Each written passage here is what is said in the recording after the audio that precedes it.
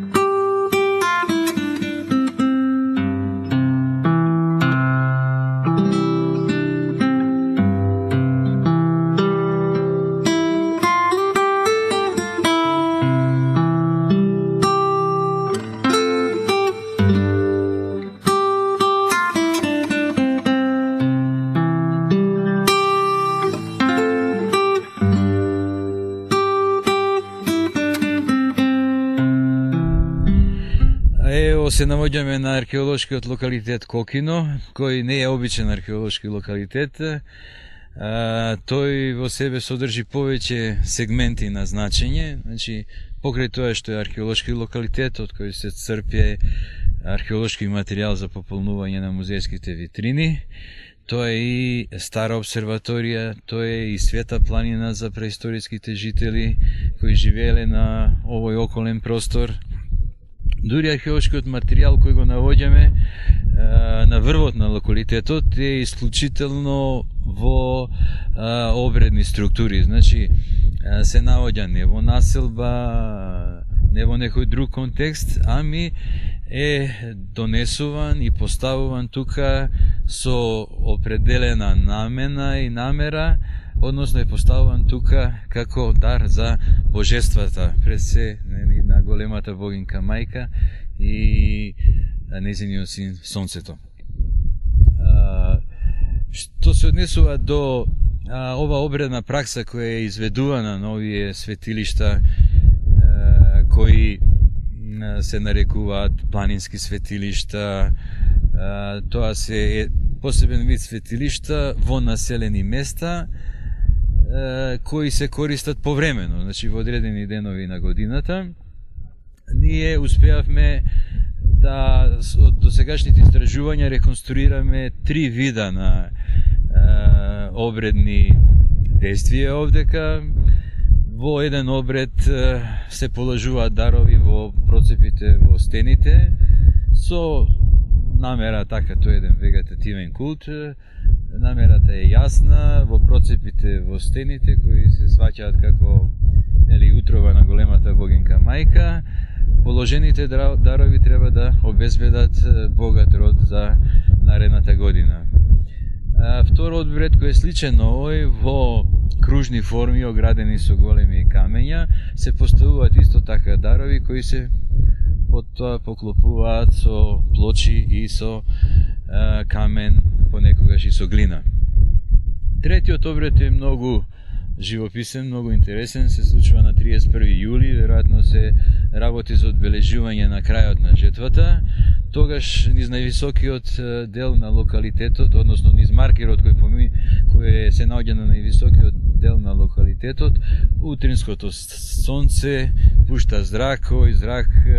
поминува уште низ еден маркер на 20 метри подолу од овој горниот и зракот осветлува само едно камено седиште од ансамблот на 5 камени седишта кои се наоѓаат на една долна камена платформа која е оддалечена, значи од првиот тој маркер на невисокиот дел на локалитетот околу 90 метри. Сметаме дека значењето на овој култ е во илустрирање на култното соединување меѓу големата богинка мајка и нејзиниот син сонцето, соединување кое исто така треба да обезбеди богат род и циклична обнова на природата. Тоа што се однесува до култовите, инаку, како што знаете, Кокино е исто така и стара обсерваторија, каде што на основа на појавувањето на сонцето и месечината на источниот хоризонт, старите луѓе, значи бележејќи ги овие циклуси на појавувања, успеале да направат календар со циклус од 19 години. Значи, што е посебно значајно за Кокино и што го разликува од другите обсерватории, Кокино дава многу повеќе податоци од повеќе досегашни познати обсерватории во светот. Значи, покрај трите карактеристични позиции на сонцето, позиција на сонцето на денот на летната долгодневица, позиција на сонцето во есенската и пролетната рамнодневница и позиција на сонцето во зимската краткодневница, значи тоа се три крајни позиции на сонцето, затоа што значи после позицијата на сонцето на денот на долгодневицата, таа е крајно северна позиција на сонцето, сонцето се враќа назад, значи поминува низ сите овие позиции се обележени со посебни маркери, значи сонцето поминува низ строгиот исток, односно низ маркерот кој означува позиција на ранодневиците и понатаму во зимските месеци се движи кон југ и крајната позиција јужна на сонцето е на 22 декември и тоа е нели позиција на зимската краткодневница или зимскиот солстици. Покрај овие три позиции на сонцето означени се и позициите на месечината, позициите кога таа има минимална и максимална екстремна позиција во лето и во зима, тоа се значи уште 4 маркера и уште 2 маркера кои означуваат позиции на месечината во годината кога почнува броење на деновите на календарот на Кокино. За одбележување е дека овој календар е исклучително прецизен, дури во Грција некаде 1300 години после тоа е направен од еден познат астроном Метон календар, кој е понепрецизен од овој кој го направиле нашите пред нашите предци во оние далечни времења, инаку се работи значи за некаде почетокот на вториот милениум, околу се тоа се случува значи околу 19 век пред нашата ера. И на основа на досегашните истражувања утврдивме дека локалитетот е во континуитет користен околу 1200 години, повеќе од 1200 години. Се до доаѓање на некои други племиња на овој простор кои го населуваат јужниот дел на планината и со тоа го означуваат крајот на користење на планината како света планина, значи како обреден простор на кој, како што кажавме, се изведувани веројатно повеќе култови, меѓутоа ние од досегашните истражувања успеавме да реконструираме 3. Видите, значи Кумановскиот регион има исклучително значи богата историја во тој така наречен бронзен така наречено бронзено време, значи тоа е период кога се започнува со употреба на бронзата и нели секој може да кажеме регион во Македонија си има свој златен век, ако за регионите на југ тоа е значи периодот на нели процутот на македонската држава и така натаму. За Кумановскиот регион, тоа е така наречено бронзено време, и Куманскиот регион изобилува со исклучително значајни локалитети во светски рамки, значи, од тоа бронзено време. Некаде околу 7 километри западно од Кокино, во близина каде што денеска е изграден меморијалниот центар Пелинце, се наоѓа еден град за тоа време, значи во бронзеното време, може се рече, голем, со кај што ние, значи, исто така истраживме едно светилиште, кое ни даде исклучителен археолошки материјал, и тие се, значи, овие моментално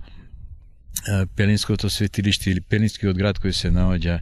над светилиштето и Кокино дават исклучително убав и значаен материјал кој се цитира и репер, да кажеме, за некои периоди во нели, тој така наречен бронзен период на човекова период, бронзениот век, нели? Бронзениот период на човековото живење. Значи, Пелинце и Кокино се своевидни репери кои, значи, се цитираат, и сето тоа е, знаете, уште недоволно истражено. Ми е слободно може да кажеме дека Кокино не е ни 20% истражено. Археолошките истражувања кои ќе следат сигурно ќе откријат уште многу нови работи. Меѓутоа и ова што го имаме досега беше доволно Кокино да застане во редот на најголемите светски археолошки локалитети. Кокино е едно од светите места кои се наоѓаат во Македонија, и според изјавите на стручњаците кои се занимаваат со енергетика се зборува дека двете чакри, важни чакри за планетава Земја, се наоѓаат во Македонија, енергетски коти, а тоа се Кокино и Маркови кули. Кокино е значено затоа што во незиниот локалитет се наоѓаат и археолошки остатоци од бронзено време, што потврдува дека за да се појави античката македонска династија, претходно имало цивилизација која предходела и е темел за да може да се воскрне царството на Александар и Филип и да се зборува за еден македонски континуитет. Македонија ја потврдува тезата на стручњаците дека е темел на европската култура, дека е првата постојана населба во Европа, и локалитетот Кокино само потврдува дека култот кон божественоста, што е традиција во македонската народна култура, не е дојден од вчера, и изборува дека Македонија има право да биде дел од европското семејство и има зошто да се почитува, да се слави и да биде дел од таа светска цивилизација. Од Кокино за ТВ Сонце, Тихомир Стојановски.